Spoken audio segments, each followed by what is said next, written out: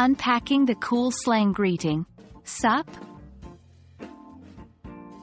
Hello learners, welcome back. In today's video, we're diving into the world of English slang greetings, focusing specifically on a very common one. Sup? This is a casual, laid-back way to say hello, and you've probably heard it in movies, music, and real-life conversations. Let's break down what it means, how to use it, and when it's appropriate. Sup is a contraction of the phrase, "What's up?" which in itself is an informal way of saying, "How are you?" or "What's happening?" However, when someone says, "Sup," they're not always expecting a detailed answer. Instead, it's more like a casual nod of recognition, a way to acknowledge someone's presence without starting a full conversation.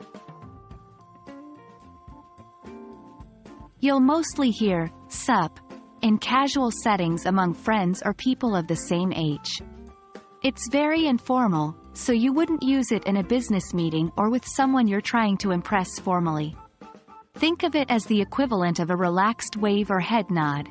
It's a cool, easygoing way to say hello. Here's an example of how you might use it.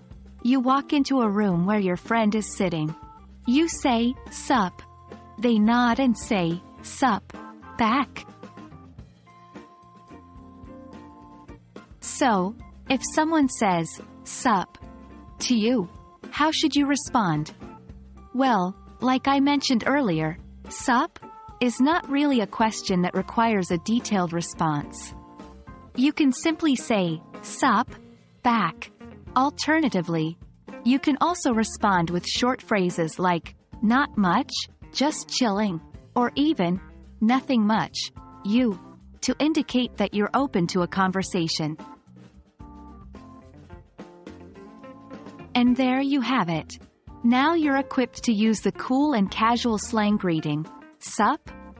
Remember, it's a casual and relaxed way to say hello, best used among friends or peers.